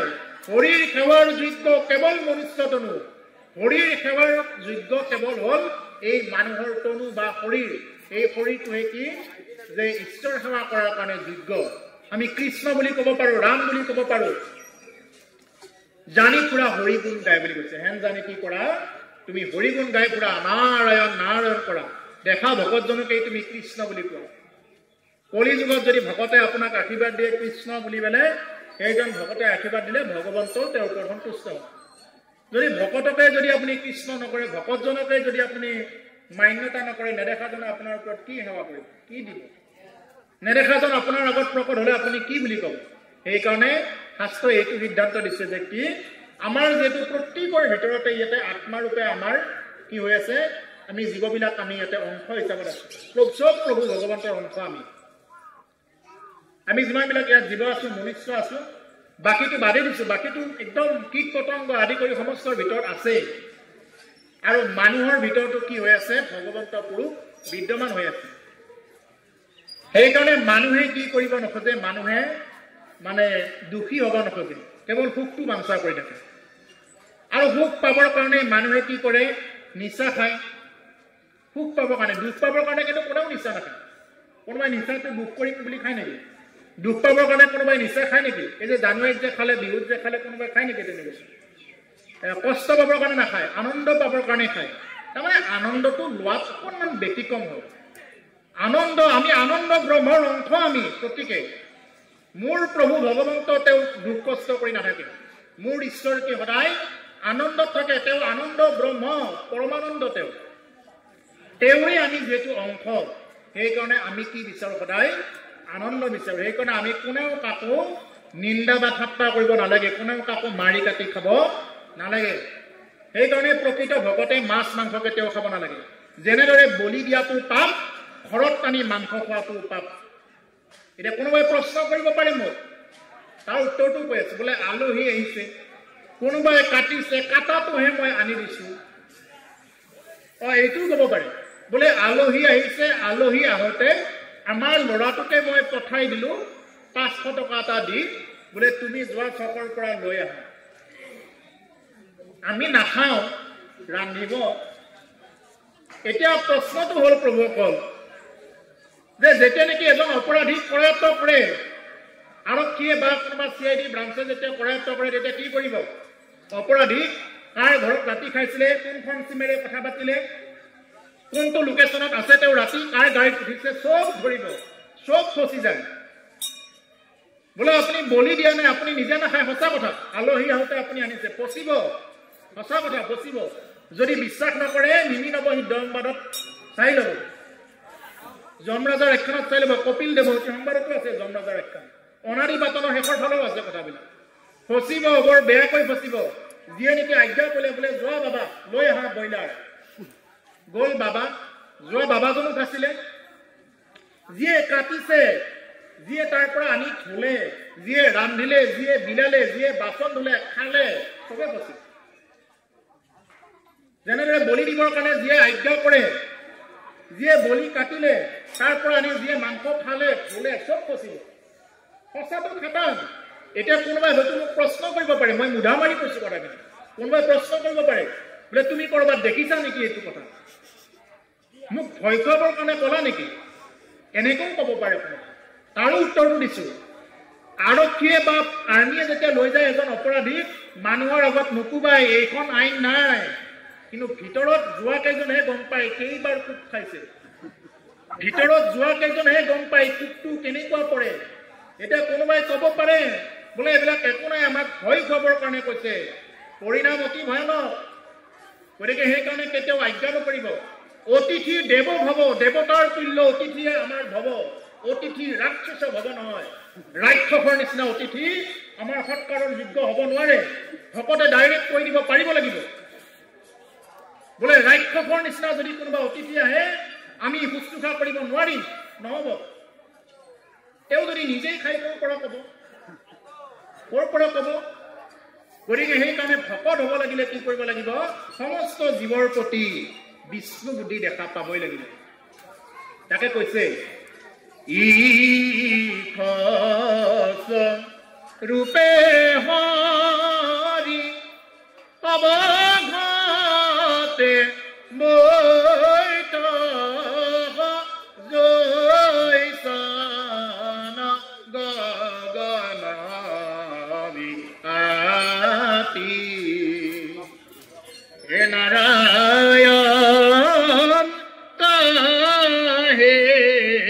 ভকতি কৰো তেৰা ঈশ্বৰ স্বৰূপে আমাৰ সমস্তৰে ঘটবিলাকত বহি আছে মোৰ নোমডাল টানি দিলে মই যিমান দুখ পাওঁ হাতৰ নোমডাল টানি দিলেও সিমানখিনি দুখ পায় গতিকে সেইকাৰণে আমি হাঁহ চৰাই চিৰিকটি চবৰ ভিতৰত বিষ্ণু বুদ্ধি আছে এই বুলি চাব লাগে আৰু যেতিয়ালৈকে বিষ্ণু বুদ্ধি অহা নাই এইটো চেষ্টা কৰি থকাৰ নামেই হ'ল ভক্তি প্ৰভু ক'লে এইটো হ'ল ভক্তিৰ এটা সূত্ৰ যেনেকুৱাকৈ অংক কৰিব গ'লে কিছুমান সূত্ৰ থাকে নহয় অংকৰ সূত্ৰ x + a whole square equal to এনেকুৱা সূত্ৰ থাকে নহয় বিজ্ঞানৰ কিছুমান সূত্ৰ আছে ঠিক তেনেকুৱা এই ভাগৱতৰ ভক্তিৰ দিশত আহিব লাগিলে এটা সূত্ৰ আছে সূত্ৰটো গাই দিছো এই সমস্ত ভূততে বিষ্ণু বুদ্ধিনো হে যাবে ও কায় বাক্য মনে অভ্যাস কিবায়ে হি ভাবে এইটো হল সূত্ৰ সমস্ত ভূততে বিষ্ণু বুদ্ধি নেদেখা পৰ্যন্ত কায় বাক্য মনে অভ্যাস কৰি থকাৰ নামেই হল ভক্তি তাৰ বাহিৰে ভক্তিটো বৰ বেলেগ বস্তু নহয় তেওঁ গামোচা ল'ব পাৰে যদি কুট নীতিবিলাক কৰি ফুৰে গলত গামোচাখন ল'লে ভকত বুলি ক'বনে বোলে তেওঁ পেণ্ট পিন্ধিলেও ভকত হ'ব পাৰে যদি তেওঁ সঁচা অন্তৰে আছে সেইকাৰণে দেশ পোছাকত কাপোৰ কানিত আমি পুনৰ কাকো ভকত অভকত বুলি চিনাকি দিব নালাগে নাপায় চবৰ ভিতৰত বিষ্ণু বুদ্ধি আছে ইয়াতে চবৰ ভিতৰত ঈশ্বৰ আছে হাতৰ তাত যিটো আছে আমাৰ ভিতৰতো সেইটো আছে সেইকাৰণে কোন ভকত কোন অভকত এইটো ঈশ্বৰহে জানে হেন জানি চবৰ ভিতৰত বিষ্ণু বুদ্ধিৰে দেখাৰ অভ্যাস কৰি থকাৰ নামেই হ'ল ভক্তি এই হ'ল ভক্তিৰ সূত্ৰ সেইকাৰণে পৰীক্ষিতৰ আগৰ নাম আছিল কি বিষ্ণুৰাত চবকে পৰীক্ষামূলক দৃষ্টিভংগীৰে চাইছিল কাৰণে তেওঁৰ আন এটা নাম হ'ল পৰীক্ষিত তেওঁৰ আগত যিয়ে পঢ়ে যিয়ে আগত আহে তেওঁৰ আগত বোলে এইজনে নেকি মই যে গৰ্ভৰ ভিতৰত যে দেখিছিলোঁ এইজন ঈশ্বৰক যে মই গৰ্ভৰ ভিতৰত দেখিছিলোঁ এইজনে নেকি সেইজন মই দেখাজন এই বুলি কি কৰে পৰীক্ষামূলকভাৱে পৰীক্ষিতে চায় সেইকাৰণে তেওঁৰ আন এটা নাম হ'ল পৰীক্ষিত বিষ্ণুৰাত নামৰ সেই ৰজাজনে চাইছিল কাৰণে তেওঁৰ আন এটা নাম হ'ল পৰীক্ষিত যি পৰীক্ষিতক এতিয়া এই ভাগৱত কথা কৈ আছে গতিকে সেইকাৰণে প্ৰভুসকল আমি সমস্ত ভূতৰ প্ৰতি আমি বিষ্ণু বুদ্ধি কৰিবই লাগিব ৰাম দেখা পাবই লাগিব আৰু নেদেখা পৰ্যন্ত চেষ্টা কৰি থকাৰ নাম হ'ল ভক্তি এৰম পাপ মোৰ হকনাশ ভগৱন্ত হক প্ৰীতি নুহি অৱশ্যকে বিধি মানি ঐ তিনি প্ৰকাৰ ভক্তি কৰিলে হাত টিক বুলি নিশ্চয় মই কহিল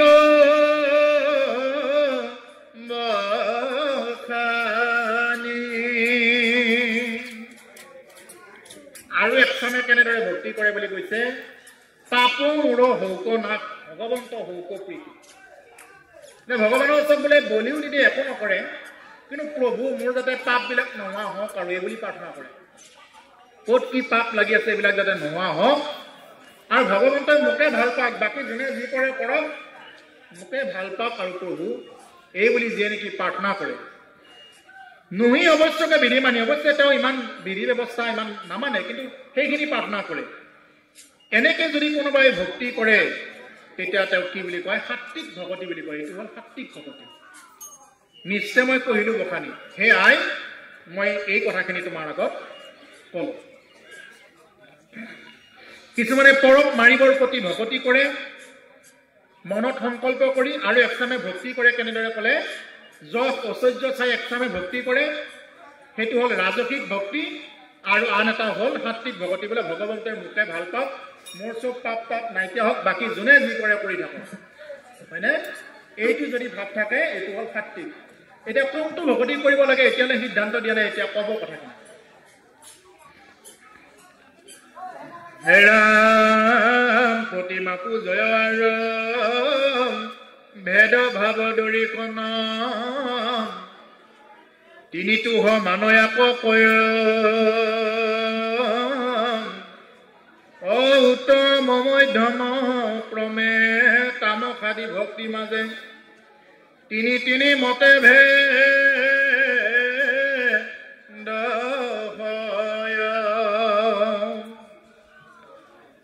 একো বিধি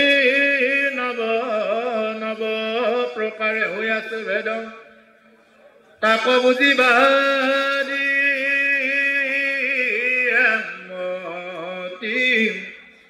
সগুণ ভকতিয়েহি একাধিক আশীবিধ আবেক নিগুণ ভকতি প্ৰতিমা পূজাৰ ভেদভাৱ দৰিখন এতিয়া কিছুমানে যে প্ৰতিমাবিলাক পূজা কৰে কিন্তু ভিন্নভাৱে দৰিখন কৰে ভিন্নভাৱ দৰিখনবিলাক ভেদভাৱেৰে কৰি থাকে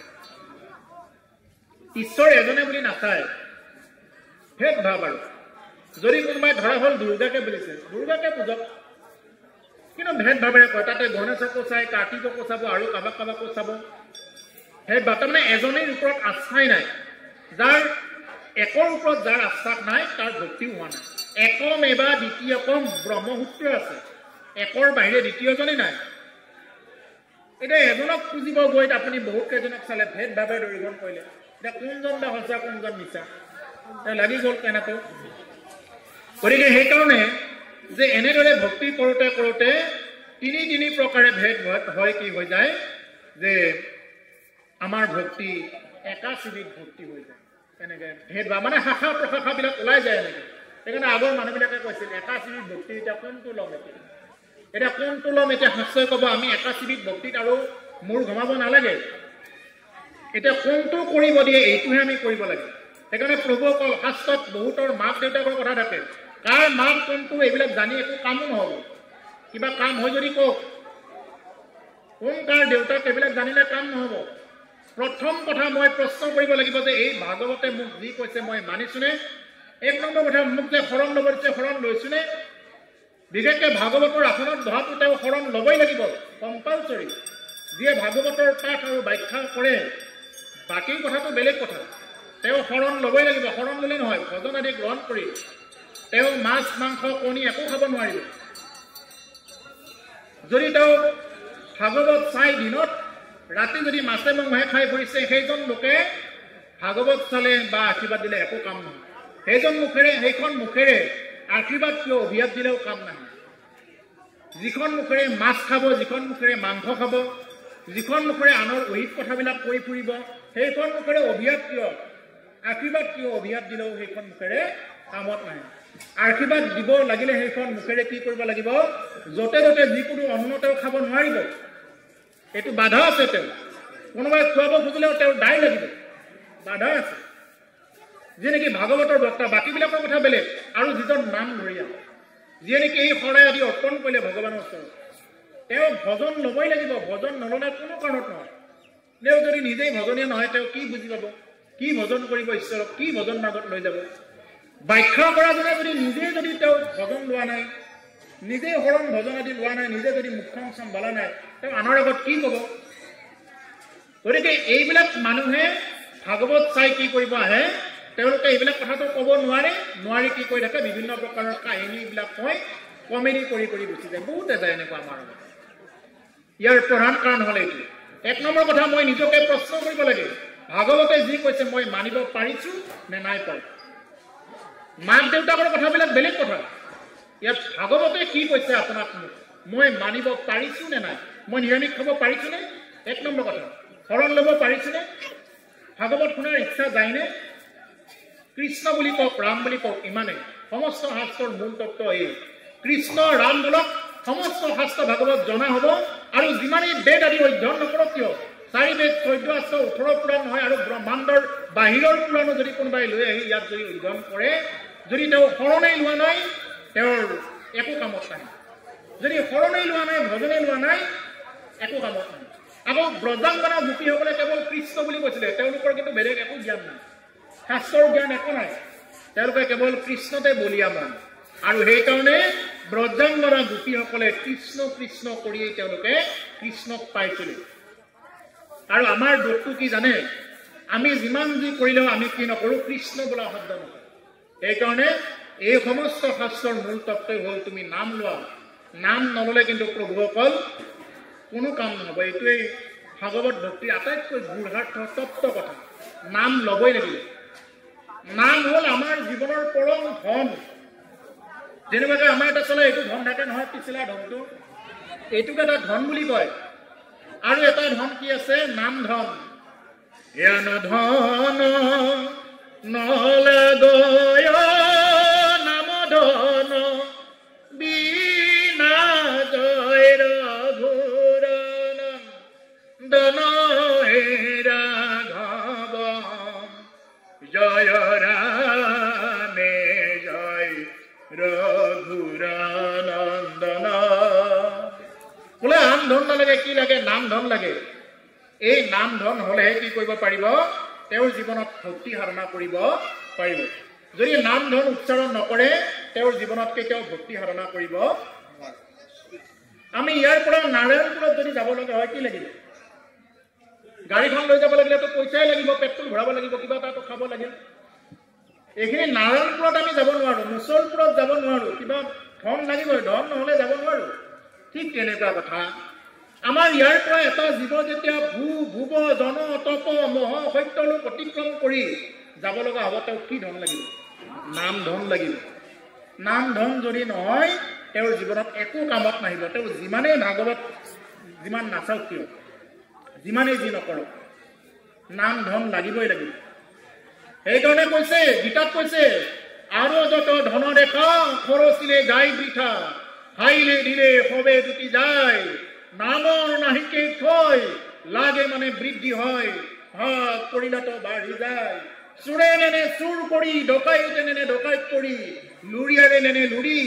হায়ে নেনে ভাগ কৰি ৰজাই নলয় তাক দণ্ডি জুইত পৰি জ্বলি নাযায় পানীত পৰি উঠি নাযায় এই হ'ল নাম ধন এই নাম ধন আমি ল'ব লাগে সেইকাৰণে এই বহি থকা জেগাটো বাপসকল আইসকল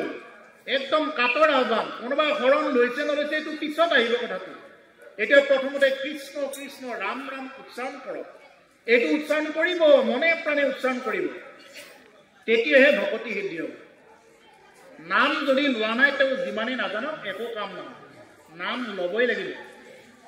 এই নামেই হ'ল আমাৰ ইয়াৰ পৰা এটা জীৱ ওপৰলৈ যাবলৈ এটা হ'ল ধন ইন্ধন লাগিব নহয় ইন্ধন নহ'লে যেনেকুৱাকে এই যে চন্দ্ৰযানখন যে পঠাই দিলে চন্দ্ৰযানখন পঠাওঁতে কিমান ধন লাগিব এইখিনি চন্দ্ৰলৈ পঠাই দিছে একে কোটি কোটি টকা খৰচ হয় এইটোতো ধন লাগিছে গতিকে আমাৰ এই আত্মাটো যেতিয়া নেকি বৈকুণ্ঠগামী হ'ব লাগিব তেতিয়া এই আত্মাটো কি লাগিব নাম ধনৰ দৰকাৰ হ'ব আৰু সেইকাৰণে এই নাম ধন যিমান কামাই কৰিব সিমান ভাল আন যিমানবিলাক ধন খৰচ কৰিলে বৃথাতেই গুচি যাব মই যদি ইয়াতে 1000 টকা আনি ভগাই থাকোঁ খৰচ যাব কিন্তু এই যে নাম ধন গুৰুৰ কৃপাত যি মানে আমি পাইছোঁ গুৰু বুলি কওঁতে মোৰ উপদেশী গুৰু ৰিজু পাঠক প্ৰভু ঈশ্বৰ আপোনাৰভাৱে হয়তো নাম শুনিছে জানে অসমৰ ভিতৰত বিখ্যাত ৰিজু পাঠক প্ৰভু ঈশ্বৰ মোৰ উপদেশী গুৰু আৰু সেই হিচাপত আমাৰ জগতগুৰু শ্ৰীমন্ত শংকৰদেৱ গুৰুজনক তেওঁ দেখুৱাই দিছে আৰু সেই হিচাপতে আমি এনেদৰে আছোঁ এই যে গুৰুৰ মাধ্যমত যিবিলাক বস্তু আমাৰ জীৱনত প্ৰাপ্ত হৈছে এইখিনি বস্তু আমাৰ আপোনালোকৰ মাজত আনি যেতিয়া নেকি এনেদৰে ভগাই আছোঁ এই ভগাই থাকোঁতে আমাৰ কোনোদিন ক্ষয় নহয় লাগে মানে বৃদ্ধি হয় ভাগ কৰিলেতো বাঢ়ি যায় ভাগ কৰিলেও কি হৈ যায় বাঢ়ি যায় চোৰেও চোৰ কৰিব নোৱাৰে ডকাইতেও ডকাইত কৰিব নোৱাৰে দুৰীয়াৰো কি কৰিব নোৱাৰে লুৰি দিব নোৱাৰে ঠাইও ভাগ কৰিব নোৱাৰে যদি আপোনাৰ 4জন ককাই ভাই আছে ভাগ হ'ব সম্পত্তিৰ কিন্তু নামৰ ভাগ নহয় ৰজাইও তাৰ ওপৰত টেক্স লগাব নোৱাৰে ইমান মানে নাম কামাই কৰিলেও কি কৰিব নোৱাৰে তাৰ ওপৰত কৰ কাটৰ লগাব নোৱাৰে গতিকে জুইত পৰিও জ্বলি যোৱা বস্তু নহয় পানীত পৰিও উটি যোৱা নহয় এই হ'ল নাম ধন গতিকে সেইকাৰণে এই নাম ধন যোনে যিমান পাৰি সিমানখিনি কি কৰিব লাগে কামাই কৰিব লাগে এতিয়া চোৰে নেনে নপলাই বুলি কৈছে এতিয়া চোৰৰ কথাটো কওঁতে মনত পৰি গৈছে যে আমাৰ বহুত মানুহে আকৌ ঠাট্টা কৰিবৰ কাৰণে এটা কথা কয় এই বাদ দিয়া আৰু অতি ভক্তি চোৰৰ লক্ষণ বুলি কথাটো কৈ থাকে হয়নে আজিৰ পৰা আপোনালোকে প্ৰত্যুত্তৰ দিব এই কথাটো আপোনালোকে প্ৰত্যেকে মনোযোগ দি শুনিব আপোনালোকে প্ৰত্যেকে প্ৰত্যুত্তৰ দিব পাৰিব অতি ভক্তি চোৰৰ লক্ষণ তাৰমানে কি চোৰে বেয়া বস্তু লৈ ফুৰে নেকি মানুহৰ পৰা বেয়া বস্তুখিনি লৈ যায় নেকি বোলে জাবৰখিনি চোৰ কৰে নে ভাল বস্তু চোৰ কৰে ভাল বস্তু চোৰ কৰিব কাৰোবাৰ যদি ভাল ভাল বাচন বৰ্তন আছে কাঁহৰ বাচন বৰ্তন আছে সোণ ৰূপ আছে এইবিলাকহে চুৰ কৰিব বেয়া বস্তুটো চুৰ নকৰে ঠিক তেনেকুৱাকে কি কৰিব পাৰে যে অতি ভক্তবান মানুহেও তেওঁ চোৰে যেনেকুৱাকে ভাল ভাল বস্তু চুৰ কৰে কোনোবাই যদি ভাল কথা কৈ থাকে এইখিনি তেওঁৰ জীৱনত চুৰ কৰিব পাৰে ৰূপায়ণ কৰিব পাৰে তেওঁৰ জীৱনত প্ৰতিফলন ঘটাব পাৰে এইখিনি কথা তাৰ দ্বাৰা জীৱনত উন্নতৰ পৰা উন্নতলৈ গতি কৰিব পাৰে সেইকাৰণে কোৱা হয় অতি ভক্তি চোৰৰ লক্ষণ আৰু আমাৰ মূৰ্খ কিছুমানে বুজি নাপায় কি হাঁহে এইটো অতি ভক্তি চোৰৰ লক্ষণ বুলি কোৱা হয় তাৰমানে কি চোৰটো চোৰে কেতিয়া যেনেদৰে চোৰে ভাল ভাল বস্তুখিনি আনৰ পৰা চোৰ কৰে অতি ভক্তিৰ মানুহবিলাকক আনে কি কয় শুনাৰ ধৈৰ্যটো থাকে যদি শুনাৰ ধৈৰ্যই নাথাকে আপোনাৰ আনক কেনেকুৱাকৈ ক'ব কথাখিনি প্ৰথমতে শ্ৰৱণ কৰাৰ ধৈৰ্য থাকিব লাগিব যদি ধৈৰ্য নাই আনৰ পৰা শুনাৰ কাৰণে তেতিয়াহ'লে কোনোদিন তেওঁ বক্তা হ'ব নোৱাৰে প্ৰথমতে শ্ৰোতা হ'ব লাগিব সেইকাৰণে হে প্ৰভুসকল আমি যাতে এই নাম ধনেৰে যাতে আমি আগুৱাই যাব পাৰোঁ কৃষ্ণ নাম ৰাম নাম বা গোবিন্দ মাধৱ যাদৱ যি নাম ভাল লাগে বা কোনোবাই যদি গুৰু লৈছে গুৰুৰ মাধ্যমেৰে যি নাম পাইছে এই নাম বস্তুক আপোনাভাৱে যিমান পাৰে ল'ব শৰণ নল'লেও অন্ততঃ কৃষ্ণ কৃষ্ণ কৰি 10 মিনিট থাকিবচোন মনটো কিমান আনন্দ লাগে হৃদয়খন কিমান আনন্দ লাগে আইসকলৰ উপস্থিতি আছে আইসকলক কৈছোঁ হাত ৰান্ধিব গৈ কৃষ্ণ নাম ল'ব ৰাম নাম ল'ব দেখিব যে বেমাৰ আজাৰ খুবেই কম হ'ব এখন ঘৰত মিলা প্ৰীতি বাঢ়িব হাত ৰান্ধিব গৈ যদি শাহু বোৱাৰী চিনেমা চাই যদি শাহু বোৱাৰী চিনেমাত যিখন যুদ্ধ লাগিলে যদি মোবাইলটো কাণত লৈ এফালে যদি এনেকৈ কৰচখনেৰে লাৰি আছে বোলে অমুকৰ অমুক হ'ল বা অমুকৰ ঘৰত এইটো হ'ল কাৰোবাৰ বোৱাৰীৰ কলংকিত কথা কোনোবা ল'ৰাৰ কলংকিত কথাবিলাক এইবিলাক কৈ যদি ভাত বাঢ়ি আছে তেতিয়াহ'লে কি হ'ব এই ভাতকেইটা ক্ৰিয়া হ'ব তেতিয়া ভাত গুচি কি হ'ব খানাহে হ'ব এইটো ভাত নহয় এতিয়া আজি যিসকলে ভাত বনাই আছে তেওঁলোকক কৈছোঁ উদ্দেশ্য কৰি তেওঁলোকে যদি ভাত বনাই থাকোঁতে যদি কৃষ্ণ নাম লৈ থাকে এই ভাত গুচি কি হ'ব যায় মহাপ্ৰসাদ হৈ যাব আৰু যদি বিভিন্ন প্ৰকাৰৰ কথা কৈ চাধা মাৰি যদি ভাত বনাই থাকে সেইবিলাক খানা হ'ব আৰু এইটো ভাত এইটো মানে প্ৰসাদ নহ'ব ভকতে যিহেতু কি কৰে প্ৰসাদে খায় মহাপ্ৰসাদ খায় গতিকে সেইকাৰণে ভাত ৰন্ধাৰ ৰান্ধনীয়ে সদায় কৃষ্ণ নাম ৰাম নাম লৈ ৰান্ধিব লাগে কিবা কথা ক'ব লগা থাকিলে বাহিৰত ওলাই আহি ক'ব লাগে কেতিয়াও আইসকলকো কৈছোঁ ভাত ৰান্ধিব যাওঁতে তেনেকুৱা কৰিব নালাগে কাৰণ কিয় শব্দ ব্ৰহ্ম যি শব্দ কোৱা হয় এইটোৱে ব্ৰহ্ম টাইপত লাগি যায় যেনেদৰে আমি তেতেলি কৈ থাকিলে বাৰে বাৰে কৈ থাকিলে কি হৈ যাব আমাৰ জিভাৰ পৰা পানী এনেই ওলাই যায় টেঙা কৰি যদি থাকোঁ আমাৰ জিভাৰ পৰা এনেই যেনেকুৱাকৈ পানী ওলাই যাব ঠিক তেনেকুৱাকৈ যদি আমি কৃষ্ণ কৃষ্ণ শব্দ যদি কওঁ ৰাম ৰাম যদি শব্দ কৈ ৰান্ধো এই ভাতকেইটাটো কি হ'ব সেই নামে ক্ৰিয়া কৰিব আৰু তেনেকুৱা প্ৰসাদ খালে কি হ'ব জীৱনত বেমাৰ আজাৰ খুব কমেই হ'ব যিটো নেকি অকাল যিটো মানে জীৱনত যিটো নেকি আয়ুষত বিঘ্নি শূন্য হৈ যাব যে আয়ুষত যে বিঘ্নি কিছুমান আহে এই বিঘ্নি শূন্য কৰাৰ এটাই উপায় আছে এইটো হ'ল তুমি কৃষ্ণ বোলা ৰাম বোলা কৃষ্ণ এৰাম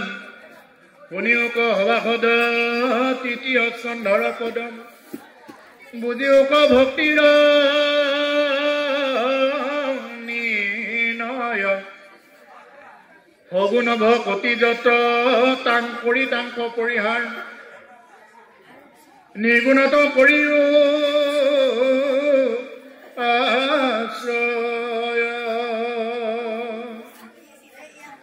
এৰাম দেখা কেন কৃপা কৰি আপুনি কহন্ত হৰি ভকতিক কৰি না ভাগ এতে তেনি গুণ ভক্তি ধৰিও কদৃঢ় কৰি তেবে ঈশ্বৰক পাই বালাগৰাম তেবে ঈশ্বৰক পাই বালাগ আমনি লাগিছে নেকি পূৰ্বকৰ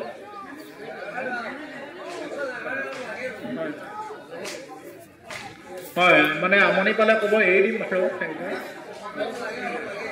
আমি শেষৰ পিনে আহিছোঁ যে শুনিও ক সভাসদ তৃতীয় স্কন্ধৰ পদ বুজিও ক ভক্তি নিৰ্ণয় সেই সভাসদ